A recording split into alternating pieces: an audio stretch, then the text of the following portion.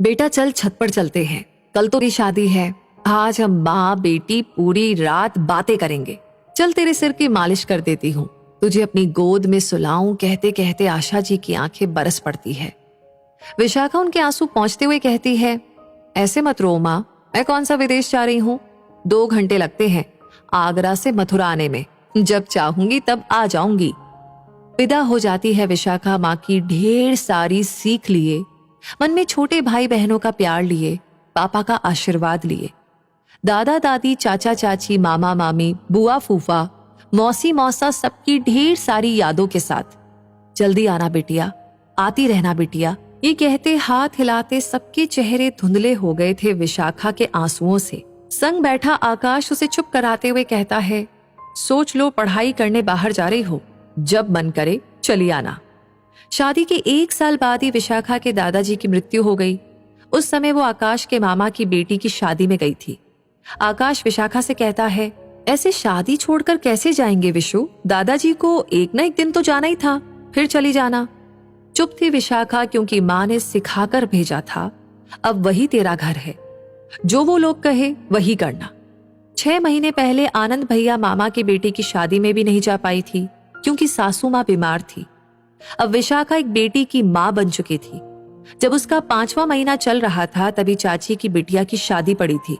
सासू माँ ने कह दिया कि ऐसी हालत में कहाँ जाओगी। वो सोचती है, कैसी हालत, सुबह से लेकर शाम तक सब काम करती हूँ, ठीक तो हूँ।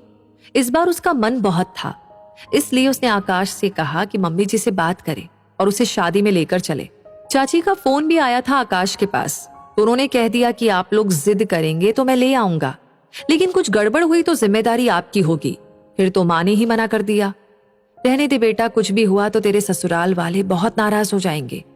वैसे तो ससुराल में विशाखा को कोई कष्ट नहीं था, किसी चीज की कोई कमी नहीं थी, फिर भी उसे लगता था जैसे उसे जिम्मेदारियों का मुकुट पहना दिया गया हो। उसके आने से पहले भी तो लोग बीमार पड़ते होंगे, तो कैसे संभलता था। उसके आने से पहले भी तो उनके घर में शादी ब्याह पड़ते होंगे, तो आज अगर वो किसी समारोह में न जाकर अपने मायके के समारोह में चली जाए तो क्या गलत हो जाएगा। दिन बीत रहे थे, कभी 4 दिन कभी 8 दिन के लिए वो अपने मायके जाती थी और बुझे मन से लौट आती थी। विशाखा की ननद की शादी भी हो गई है। उन दोनों का रिश्ता बहनों या दोस्तों जैसा है। अपनी ननद सुरभि की वजह से ही उसे ससुराल में कभी अकेलापन नहीं लगा। सुरभि की शादी होने से विशाखा जितनी खुश थी उतनी ही उदास भी थी। उसके बिना ससुराल की कल्पना भी उसकी आंखों में आंसू भर देती थी। विशाखा ने शादी की सारी जिम्मेदारी बहुत अच्छे से संभाल ली थी। उसके दूसरा बच्चा होने वाला है, 4थे महीने की प्रेगनेंसी है, फिर भी वो घर बाहर का हर काम कर रही थी। सभी रिश्तेदार विशाखा की सास से कह रहे हैं, बड़ी किस्मत वाली हो जो विशाखा जैसी बहू पाई हो। शादी का दिन भी आ गया। आज विशाखा के आंसू रुक ही नहीं रहे थे। दोनों ननद भाभी एक दूसरे को पकड़े रो रही थी। तभी विशाखा की सास उसे समझाते हुए कहती है, ऐसे मत रो बेटा, कोई विदेश थोड़ी जा रही हो, जब चाहे तब आ जाना। तब सुरभि कहती है, नहीं माँ, जब दिल चाहे तब नहीं आ पाऊंगी। वो पूछती है, ऐसा क्यों कह रही हो बेटा, माँ के पास क्यों नहीं आओगी तुम। तब सुरभि कहती है, कैसे आऊंगी माँ, हो सकता है जब मेरा आने का मन करे तब मेरे ससुराल में कोई बीमार पड़ जाए, कभी किसी की शादी पड़ जाए, या कभी मेरा पति ही कह दे कि तुम अपने रिस्क पे जाओ, कुछ हुआ तो फिर मुझसे मत कहना। सब एकदम अवाक रह जाते हैं। वो लोग विशाखा की तरफ देखने लगते हैं। तभी सुरभि कहने लगती है, नहीं माँ, भाभी ने कभी मुझसे कुछ नहीं कहा, लेकिन मैंने देखा था उनकी सूजी हुई आंखों को जब उनके दादाजी की मौत पर आप लोग शादी का जश्न मना रहे थे।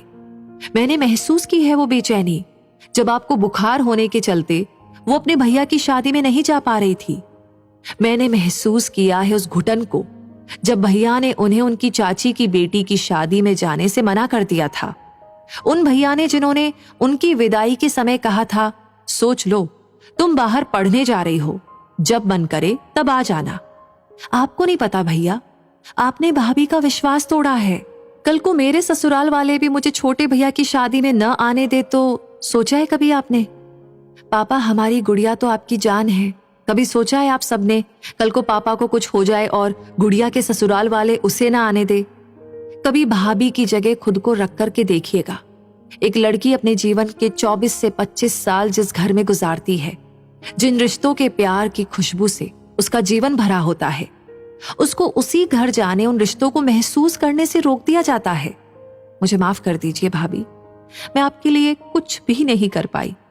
जिन रिश्तों में बंधकर हम आपको अपने घर लाए थे, वही रिश्ते, वही बंधन आपकी बेड़ियां बन गए हैं। और ये कहते कहते सुरभि विशाखा के गले लग जाती है। आज सबकी आंखें नम थी, सबके सिर अपनी गलतियों के बोझ से झुके हुए थे।